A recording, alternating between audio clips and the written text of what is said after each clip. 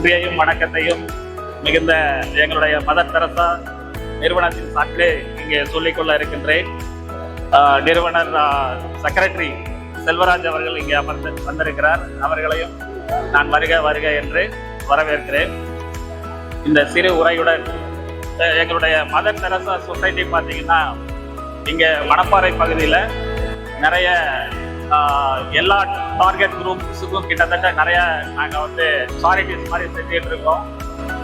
ஏழை மாணவர்களுக்கு, கல்லூரி மாணவர்களுக்கு, பள்ளி மாணவர்களுக்கு, அப்புறம் ரூரல் புவர் விமென்ஸுக்கு, இது மாதிரி நிறைய ப்ரோக்ராம்ஸ் எல்லாம் நாங்கள் கொடுத்துட்டு இருக்கிறோம். அதனால் இந்த நிகழ்ச்சிக்கு வருகை தந்து ஒத்துழைத்த அனைவருக்கும் நிறுவனத்தின் சார்பாக நன்றியை கூறி விடைபெறுகிறேன். நன்றி.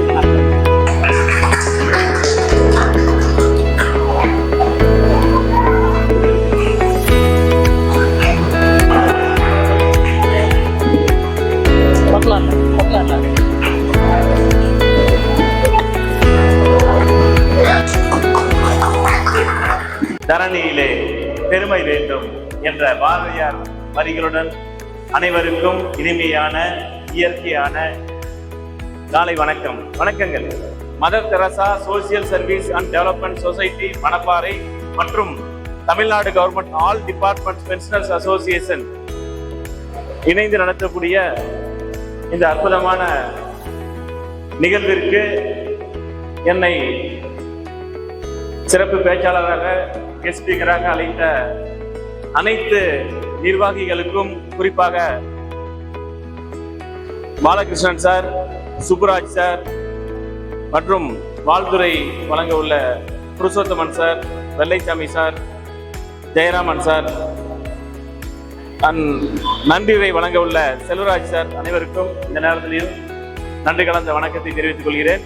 இதுல சில விஷயங்களை, இயற்கை வாழ்வியல் முறைகளையும், இயற்கை உணவு முறைகளையும், இயற்கை மருத்துவ முறைகளையும் சில விஷயங்களை உங்கள்கிட்ட ஷேர் பண்ணிக்கலான்னு இருக்கேன். இயற்கை மருத்துவம் என்பது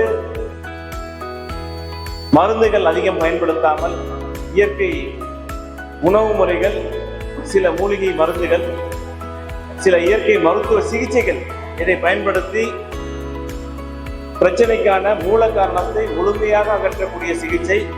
உடல் சுத்தம், உடலை கழுவி உடலை வளர அப்படின்னு சொல்லுவாங்க. ஆக இந்த எனிமா எடுக்கிறதுனால வயிறு குளிர்ச்சி ஆகும், நாள் பழுத்த இந்த வயிற்று புண்கள் குணமாகும். வயிறு தான் இரண்டாவது மூளை அப்படின்னு சொல்றாங்க. வயிறு இரண்டாவது மூளை. வயிறு நல்லா இருந்தா தான் மனசு நல்லா இருக்கும். வயிறு சரியில்லைன்னா மனசு சரியில்லாம போயிடும். சில உணவு முறைகளும் நோய்களும் அப்படிங்கிற விஷயத்த நம்ம டிஸ்கஸ் பண்ணுவோம். அதுக்கு ஒரு நோய்க்கும் என்ன உணவு சாப்பிட்டா நல்லது அப்படிங்கிற விஷயத்த நம்ம தெரிஞ்சுக்கணும். முதல்ல சர்க்கரையில் நாம் காட்ட வேண்டும் அக்கறை. அதனால சுகரை குறைக்கிறதுக்கு என்னென்ன உணவு முறைகள்லாம் சாப்பிட்டா நல்லது அப்படிங்கிற விஷயத்த பார்க்கலாம். ஃபர்ஸ்ட் நெல்லிக்காய், கருவேப்பிலை, பாவக்காய், இது மூணையும் ஒன்னா மிக்சியில் அரைத்து சாப்பிடும் பொழுது, நெல்லிக்காய் ரொம்ப அற்புதமான கனி. காயக்கல்ப மூலிகை.